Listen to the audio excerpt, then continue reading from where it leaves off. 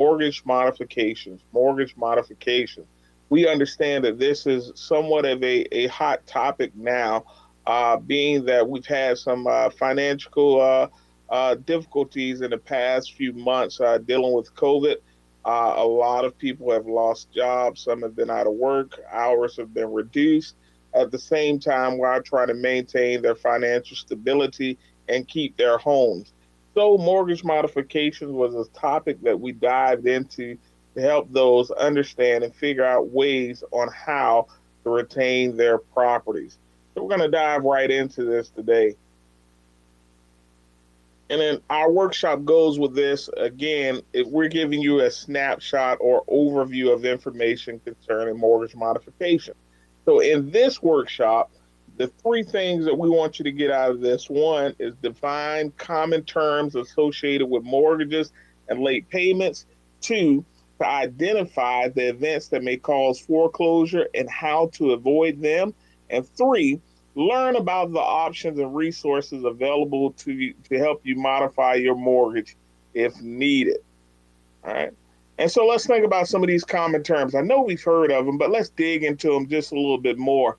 Delinquent, when a homeowner pays their mortgage late or miss a payment entirely. Grace period, a period of time after the payment due date during which late fees are not charged.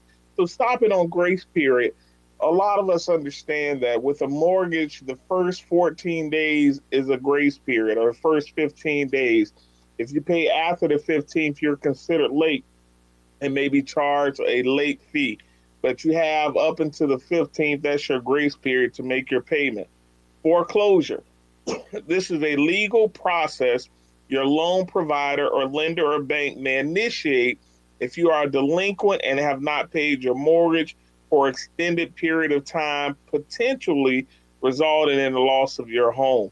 So hopefully we're going to go through some things today that'll help you realize options to avoid foreclosure.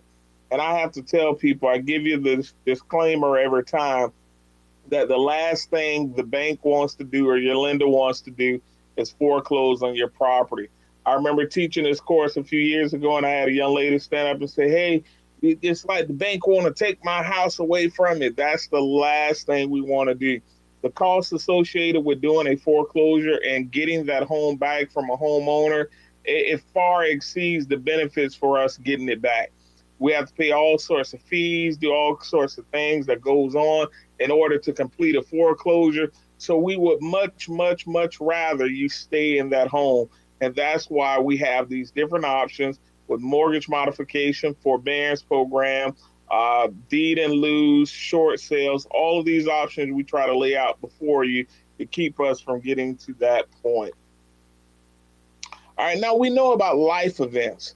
It's never anyone's intent to be delinquent or default on their mortgage loan. We know you don't go into this thinking like, hey, I'm just going to stop paying. No one ever has that thought in their mind or have that intention laid out. So we understand that there's life events that can cause these certain kind of negative actions to happen.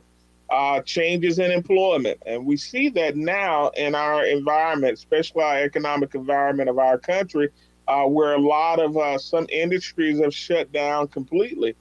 Some have been reduced to just a fraction of what they used to be. And so we know that it's some changes that may happen in your employment that may affect your income or that standard of living that you once had. So that's a life event, a life change that can cause issues for you. Changes in family. All right, new baby or elder care may increase your expenses. So a lot of us, we already kind of grasp or we have ourselves prepared if we feel as though if we're young and we know that a child may be coming on, a young family, you kind of prepare that, yeah, we're going to have children and this. So you kind of brace for that. But the new thing that we're seeing now more than ever before is that a lot of children, older children, are now taking care of their elderly parents. And the expenses for that can be astronomical in some cases, depending on the level of care that that elderly parent may need. So this is a life event or a change that we can take into consideration when looking at modifying your loan or doing something different with your loan as a whole, we understand and realize that, this is a different responsibility that you're taking on, not one that anyone can really plan on, but we know that it has a significant strain on your income, a significant strain on just your life as well. Just doing things and putting in place. I had a client a few years ago. Mother was dealing with dementia, and she had to get into an assisted living that did memory care.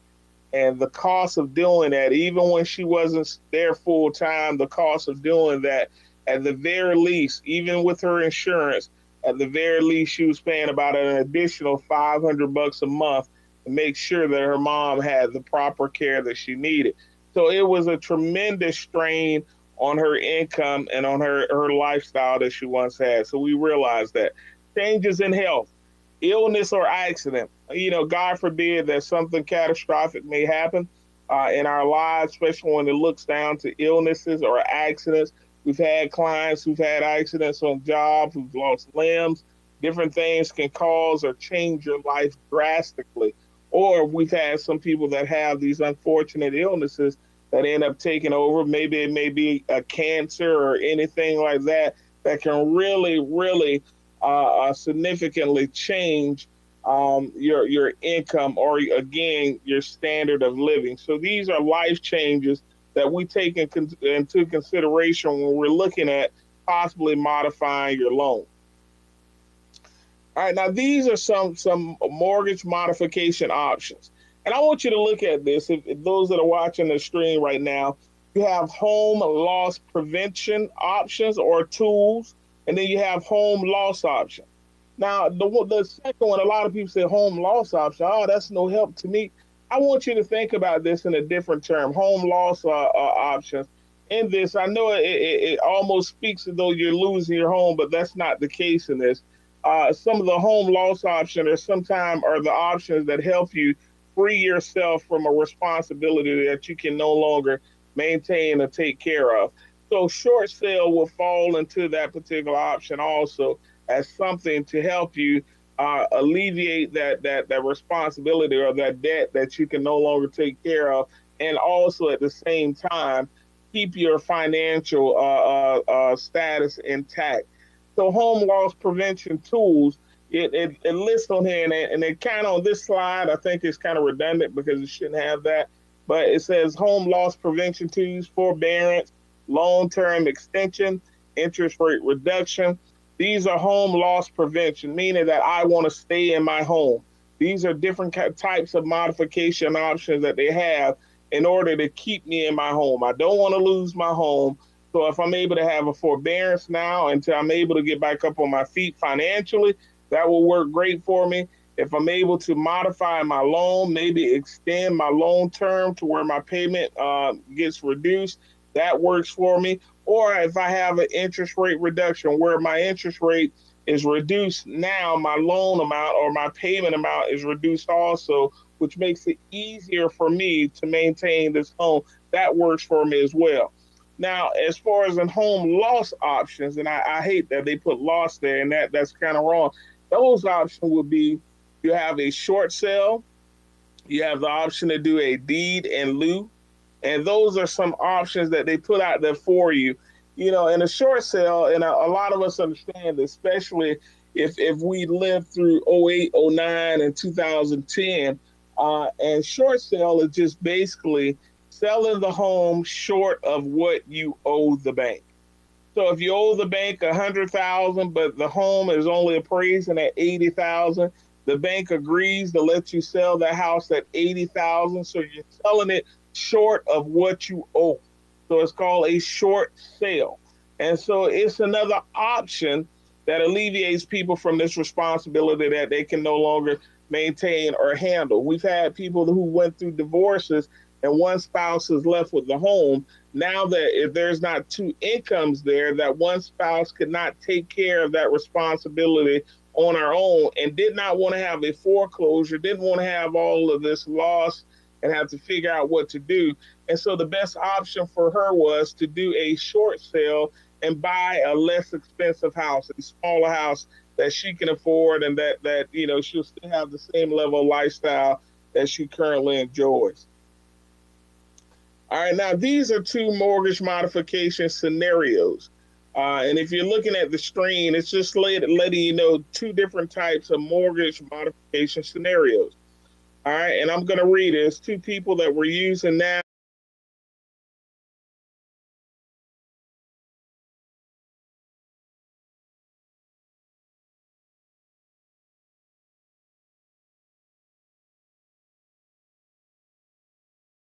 Available for a mortgage payment, but her current mortgage is 1433.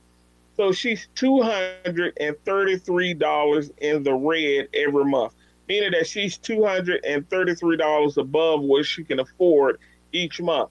So the bank, she called and they gave her two options that possibly can help her. Both options work, but let's just read them out. The first option is the interest rate can be reduced from 6% to 5%. And the term of the loan changes from a 20-year to a 30-year mortgage again. Her current mortgage payment is 1433. Now it's reduced down to $1,074 based on that mortgage modification option. So it actually got her under her threshold. Her threshold for a mortgage payment was 1,200. This helped her by saving her to get under her threshold by more than $100 per month. So as a significant savings for her, it will help her keep her home and it will help her keep her finances intact as well. Option number two that was issued to her is her interest rate, again, reduced from 6 to 5%, and the term of her loan changes from a 20-year to a 25-year. And so the current payment, 1433, that modified payment is $1,169. So when you look at that, the only difference between those two options was the term extension that they gave her. On one, they extended her loan back out to 30 years. On the other option, they extended the loan out for 25 years. Both help her get up under her $1,200 threshold for a mortgage payment each month. Both options helped her. Both options helped her stay in her home and keep her finances intact. So they definitely are two good options that they have. It's a note at the bottom of the page or a disclaimer, and it says that the figures, I want you to understand that this does not actually reflect a modification that was done. Every company is different. And so it's big, and I say that, and I'm going to stop there to make sure I say that to you, because I've had clients and we've had people in the past say, hey, my cousin has a loan with ABC Bank. ABC Bank modified her loan. They lowered her interest rate down to 3%. They extended her term out to 30 years. They gave her a forbearance where she pays no payment for 6 months. And now you're calling your lender saying, hey, I want you to do that. And your lender's saying, we can't do that. We don't have that option on the table. And the reason being is because every lender, every mortgage company is going to have different modification options. There are going to be different modification options. Even if you're dealing with those that do government programs like FHA, VA, or USDA, and they offer their own forbearance programs that are passed along to the clients, but it's different at every bank, at every lender, on the way that they regulate it, the way that you qualify for it. There's always going to be some differences. So you can't listen to somebody, cousin, uncle, friend, or whoever has had their loan modified with a bank that's different from yours. You may not get that same option and when you call your bank. And I'll even go further with that. You both may be at the same bank, but you still may not get the same offer because, again, they look at a lot of different things when coming up with your modification options. They're going to look at your payment history. They're going to look at the type of loan you have, how much you owe on that loan. It's a lot of different things that factor in to that modification option that they offer you. There's no cookie cutter mortgage modification option. So they're all specific to your needs and specific to your individual loans. So you want to make sure that if you're thinking about doing a modification, reach out to your individual lender and find out what they can offer you. I'll go ahead and give you this other tip as well. The first month when you make that mortgage payment, and it hurts to make that mortgage payment, meaning that you straightened up every dime that you had to make that mortgage payment, like your last dollar went into making that mortgage payment. That first month, when it really hurts and it really strains you to make that payment, that's the month when you need to call your bank, your lender, your mortgage company, your servicing company, and say, hey, I'm having problem with paying my mortgage. I don't want to lose my home. What options do you have for me? If you call before you go into default, they have options for you. They may have double the amount of options they if you call ahead of time. But if you wait until you're in default or you're delinquent, you know, some banks may only have one or two options for you. And so it's best to be proactive. We have to be proactive about our financial stability. And one of those things that we have to be proactive about is our ability to pay our mortgage payments. So if you feel as though I can't pay it, I'm hurting, I lost my job, maybe I have savings right now, but I know in the next month or two, my savings are going to be gone. I'm not going to have money to pay these loans. You need to call your bank that day and begin to ask them, what can you do to modify that loan payment in order to help you move forward in keeping your home? You have to do these things. You have to be proactive about it. It's going to work out for you better by being proactive than being reactive. When you're reactive, that means the bank is contacting you saying, we haven't received the payment, and these are the options that we have. And so you want to be proactive about that so you're put into the best mortgage modification option that works for you. All right, this is another scenario. And this was one mortgage modification due to a health change. And this is Don, another fictional person we made up. Don's spouse was in an accident that resulted in a hospital stay. They have a mortgage, medical bills to pay. They pay $2,100 a month for their mortgage payment, but their current mortgage is $2,247. So again, now he's $147 in the red every month trying to pay this mortgage. So he's $147 outside of his budget, outside of his means to pay his mortgage.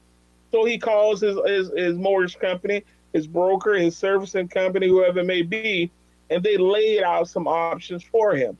And so the first option, they reduced his interest rate from 7 to 5%, and they extended his term from 15 to 20 years. His current payment is $2,247. It reduced his payment all the way down to $1,650 per month. Wow, that's the savings of almost $600 a month. And then that actually puts him a little more than $500 less than what his threshold is. So it is an awesome benefit for him to be able to get into this mortgage modification option. Option two, they reduced the interest rate. They left the interest rate at 7%, and they just extended the term even more. They went from a 15-year to a 30-year, keeping the interest rate at 7%. Current payment is $2,247, and now the modified payment will be $1,663. Again, it still helps him save nearly $600 a month. It gets him under that threshold that he had for a mortgage payment, and it makes life a lot easier for him. So in this, these are two options that the bank offered them that can possibly help with their loan. If you're proactive, again, I can't say it enough, being proactive is a big thing. Don't wait until you've missed 2 or 3 payments. Don't do that, because if you wait 2 or 3 months and you miss 2 or 3 payments, now you're in serious default, or what they would call pre-foreclosure. That means the ball is already rolling legally to push you over to foreclosure. So you want to make sure you don't wait. You don't put your destiny in the hands of other people. You want to make sure that you have your destiny. You're proactive about what you're doing with your finances in order to put you in the best financial position possible. And so you want to make sure that you're doing that. And again, if you're proactive, they may have other options. These are just 2 main options, you know, to reduce your interest rate, to lengthen your term, and just to explain to you about extending your term. Say, for instance, you borrowed $100,000 10 years ago, and you were on a 30-year mortgage at that time. Now you paid down 10 years of that mortgage, and now you're at the 20-year mark. You owe about 60 or 70,000 on that. Now what the bank is going to do, they're going to take your current balance and they're going to extend that balance back out 30 years, which is going to drastically reduce your monthly payments, which is going to help you remain in that home. And don't feel fretful about, oh man, they extended it back out those years. No, because once you get back on your feet financially, now you can work on ways into making extra payments to get you right back to that status, or right back to that timing that you were in your loan. Or once you get yourself back on your feet, you can refinance that loan and get into a shorter term product again. So never think that, oh man, they're extending it, this is bad. No, it's a good thing because it's reducing your payment. And then you have the option to go back into that shorter term after you get back on your feet. You want to make sure that you're doing these things. Think about all the options that work for you. And then some banks are doing interest rate reduction. They are doing interest rate reduction. But most time, in order to get that interest rate reduction, you got to call before you're in default. You got to call again that first month when it hurts. You need to get on the phone and call them at that time and see what options they have for you. It's going to work out better in your favor. So you want to make sure you're doing that. And then now I hear this a lot, that a lot of banks have been offering forbearance programs. And I want to give you a little bit of background information about the forbearance program and a bit of a cautionary tale as well. Now that we're going through this financial hiccup that we find ourselves in our country and our nation, most banks, I would say most banks, most lenders, what we're doing or our reaction to this financial crisis is kind of knee-jerk, meaning that we know people need help and we know they need it fast, and so we're doing something really quick to help them really fast. Kind of a knee-jerk reaction that we're doing. Hey, we're going to do forbearance. In other words, we want to do something to help you, but we have not even worked out all the details ourselves. Now, some of the forbearance programs that are coming out now are way more detailed than they were when they were coming out in March and April.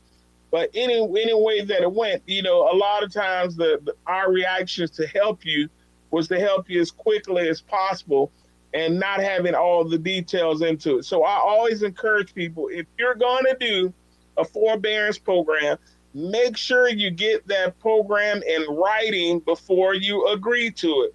Don't get on the phone with the customer service and they offer you a forbearance and you agree to it without having that agreement in writing. You want to see everything that's required of you. You want to see how that works, everything. You want to make sure you have it in writing so that you're not surprised at the end of that forbearance period. Because again, in our minds, and a lot of people's minds, and I've dealt with people helping them struggle to keep their homes, some people's mind thought, where some banks offered, hey, we're going to give you 3 months forbearance. We'll put those 3 months on the back end of your loan. All right, I got that. And then others had this thing. Hey, we're going to give you those 3 months forbearance, and then at the end of those 3 months, we're going to make a payment arrangement for you to pay back those 3 months over time. And so you have to make sure you know exactly what you're agreeing to. And we've had one to where that they said, hey, we're going to give you a 6-month forbearance. And at the end of that 6 months, we want you to turn in all your financial information, and we're going to see if we can approve to put those 6 months on the back end of your loan. If you don't get approved for it, then you're going to have to work out a payment plan in order to get it paid. I'll tell people, just a few years back, we had Hurricane Michael in our area, and I'm in Florida. And, a lot of the banks knee-jerk reaction off of those forbearance programs. A lot of borrowers took them up on those forbearance programs. And with some of the banks, at the end of those 3 months, they wanted you to pay in full everything that you had not been able to pay. Again, a knee-jerk reaction to help people, but had not worked out all the details on how they would implement this program. And so it was like either you pay in full the 3 months that you missed, or you turn in your financial information and we'll see if you qualify for us to put it on the back end of your loan. Well, I had one borrower who was purchasing a home from his parents and didn't have the documentation for his income, couldn't turn in anything in time. and he went into pre-foreclosure. And they were telling him, now you got to pay a lump sum of those 3 months past, or we're pushing you over to default and into foreclosure. And luckily, he had enough money saved that he was able to pay those 3 months in that lump sum. And he said if he would have known that he would have had all this headache, he would have never agreed to the forbearance. And I asked him, I said, did they send it to you in writing? He said, no. I agreed to it over the phone with customer service. I never got it. He said, the only thing I got in writing was a letter saying we've approved your forbearance. You don't have to make payments for 3 months. Your next payment will be this month. And the thing that shocked him or blew his mind, that at the end of the 3 months, he was getting a statement, a payment statement that showed his regular monthly payment plus 3 months on top of it. And so that's what really sparked him to say something is wrong here. So you want to make sure you get it in writing. You know exactly what you are agreeing to so that there's no surprise to you. Another option that they have, and again, I know they call it a home loss, but another option is a deed in lieu. And what a deed in lieu is, a deed in lieu of foreclosure, meaning I surrender my deed in lieu of them pursuing a foreclosure on my property. I'll put it in common terms with you because some of us understand what happens with auto loans. It's almost like a voluntary repossession. I'm going to give you this deed in lieu of you doing foreclosure on me, and they're going to wipe out any deficiency I have, and I'll be able to go my way. They'll be able to go their way, and the debt that's over me or weighing me down will be alleviated, and I'll be able to move forward. And so that's another option that it has for you. But again, things are on your terms, you know, so that's why when they call a home loss option, it's not a loss. It's basically saying on my terms, I want to move on. A short sale is saying on my terms, I want to move on. This isn't working for me, and I know I could get in something better that can work for me financially. And so on my terms, I want to move on, and this is the option that I will use to move on. So it's not a loss. It's just a transition for the homeowner to get into a better situation financially for them. And so now if you're looking at my screen, they're showing some free resources that you can contact to find out more information about forbearance, about modification from your lenders. The first we have Department of Housing and Urban Development, HUD, and you can find them at www.hud.gov. They have easy to understand about foreclosure information. You can go to www.usa.gov/foreclosure. Also, Making Home Affordable, which is another mortgage modification process that's offered by the government that some lenders use. And you can find the information about that from www.makinghomeaffordable.gov/pages/default.aspx. The next one is it's a different list of various government-approved and community-based resources that you could go to, and that's going to be www.dhcd.dc.gov/foreclosure-prevention-resources. Another one is resources by regions across the United States, and that's going to be federalreserve.gov/consumers communities/foreclosure.htm. And for those that are in rural areas that use USDA, you can go to www.nal.usda.gov/RIC/rural-housing-resources. And last but not least, information and resources for homeowners with unique circumstances. You want to go to www.benefits.gov/benefits/browse by category and /category/19. And these are some free resources that are out there for you to find out more information about mortgage modifications, how they can help you, and also can direct you to some people or companies or counseling agencies that can help you with your modification. I'm going to give you this other disclaimer and warning. If you're contacted by any company that say, hey, I can help you do your mortgage modification, I need you to pay me this upfront fee and I'm going to help you modify your loan. Hang up on them, delete that email, report them to whatever financial services you have in your state, because it's a scam. Again, that's why I'm sharing this information with you today. California was one of those states back in 08, 09, and 2010. It was riddled with fraud, and a lot of it was mortgage modification fraud. A lot of good people lost their homes because they were contacted by these fraudulent companies stating that they can help them modify their loans, they can help them do all these things, and all they have to do is pay them these fees. Don't worry about it. If the mortgage company calls you, don't answer. We're taking care of it. And it was a scam. And you had homeowners paying fees to this phony mortgage modification company that's supposed to help save their homes, that did nothing to save their homes, and they eventually end up losing their homes and also losing the money that they gave those scammers.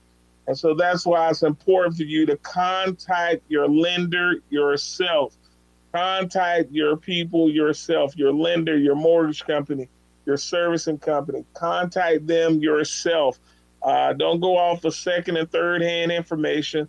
Contact them yourself about modifications, about forbearance, about whatever it may be. They're going to give you the most accurate and correct answer that you can possibly find. So it's important that you contact them. Any company that's calling you to do that, that want an upfront fee, hang up as quickly as they call. And again, you guys have been great in this course. We want you to remember, if you're in danger of delinquency, there are steps that you can take to modify your mortgage. Be proactive. Number two, certain life events may have had an impact on your ability to pay your mortgage. You must expect the unexpected. Number three, and I'll say this again, I've been chiming this. I know you heard me say this several times during this course. Speak with a loan officer at your financial institution. I'm going to say that again. Speak to a loan officer or representative at your financial institution to better understand what mortgage modification options are available to you. And again, my name is Terrence Brisbane, and I'm BBVA, and we're trying to create opportunities by sharing this information with you so that you'll be in the best financial status and situation that you can possibly find yourselves into. Hopefully this information has been beneficial to you. I will be sharing these slides with GOD Radio after this course, so if you need them or need a copy of them, you'll be able to contact GOD Radio to get a copy of these slides. And again, our goal is not only to get you in a home, but we want you to stay in the home until you're ready to go. And thank you again for giving me this opportunity to share this information with you all. Let me ask you a question, Terrence. Go ahead. If say for instance someone is in ready to do a modification, do they have to stay with their bank, or can they go to another bank and either do a refi or go with another bank?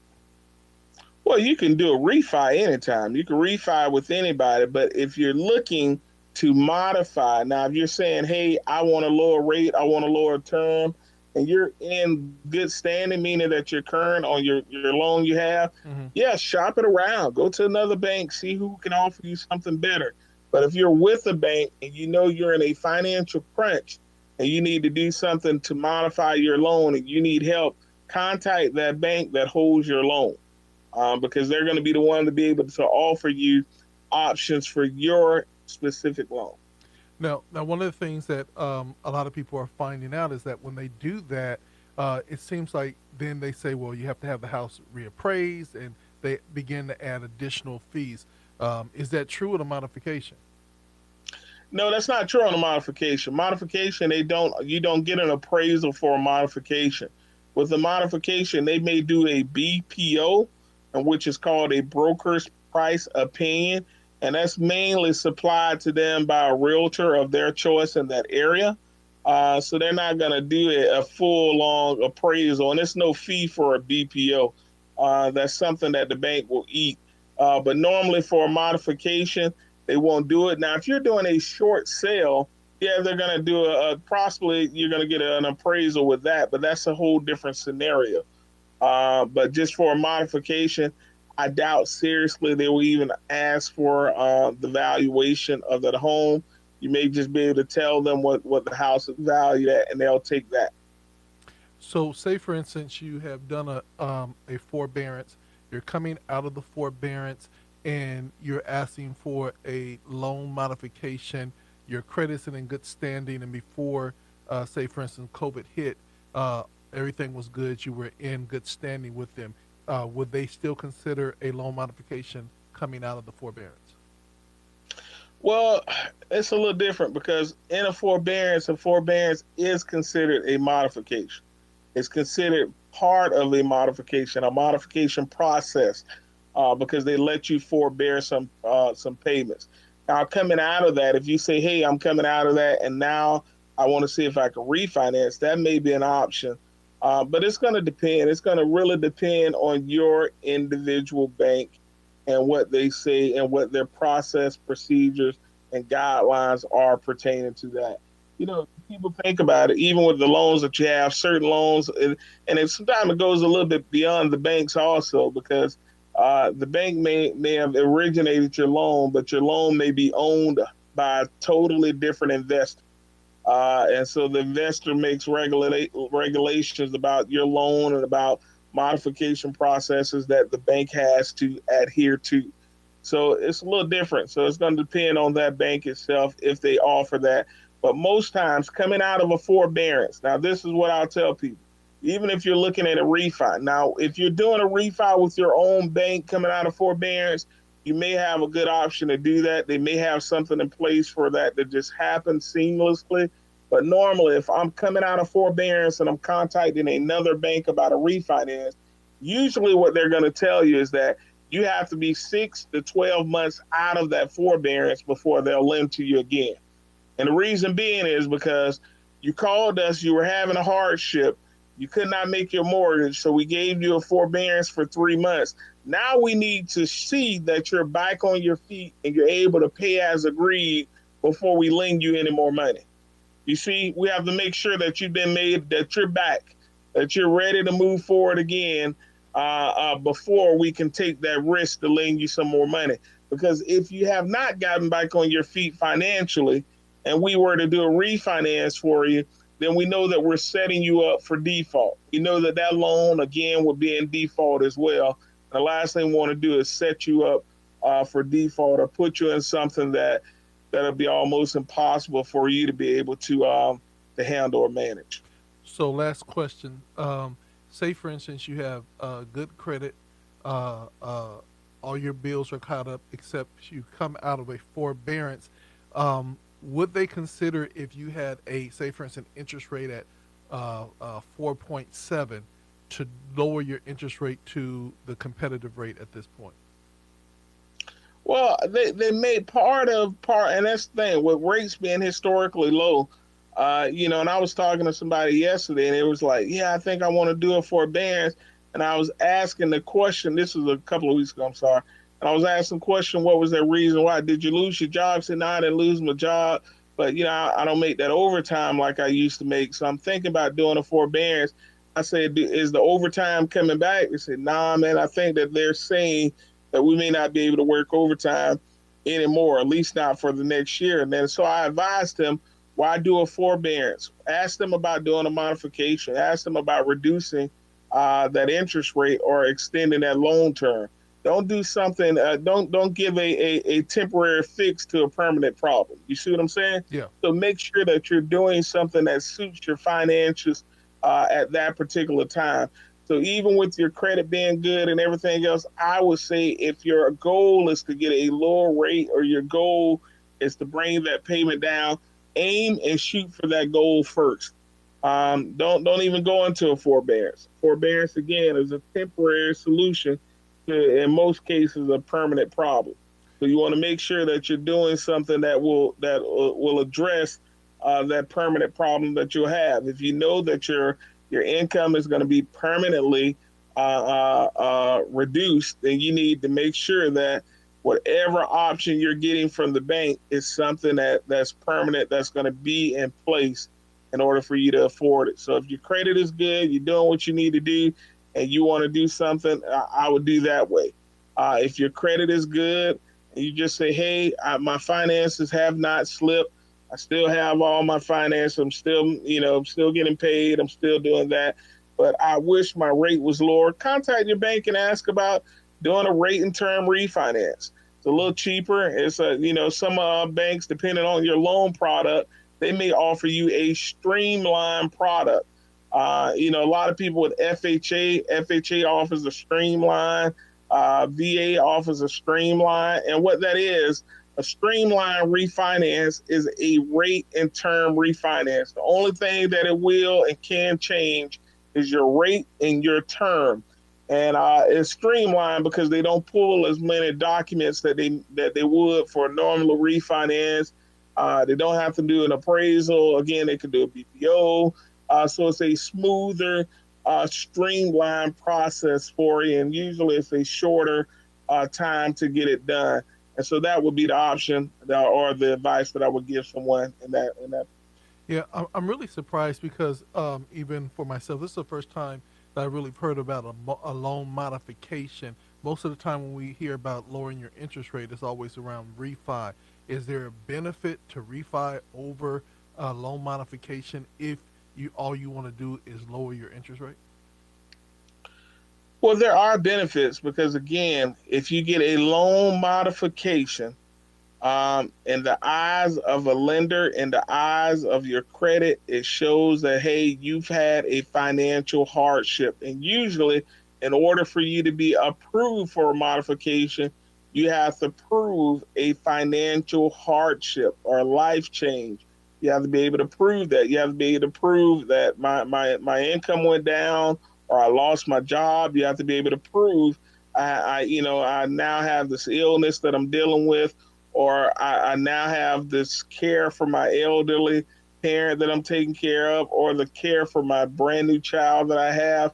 You have to be able to prove, and they have to verify what your hardship was for you to even be to be approved for a modification. So that's one of the differences in it. And again, there's a lot of different products and programs that are out there to help you to stay in those homes. So it's just a unique time that we find ourselves in. But this course today is just to let people know that there's help out there for them. Last question. I promise you. How can they contact their local? Being that we're heard all over the United States, what would be the best place they can tap in to get more information or to connect with their bank? I would say get your mortgage statement. Okay. Call a customer service on your mortgage statement. Call that number. Speak to a representative. I think now for a lot of people, if you have a mortgage right now, I think a lot of us, if you call your customer service now, a lot of banks and mortgage companies and servicers, they have an option on their automated line that says, hey, if you've experienced any financial hardship due to COVID, press 2.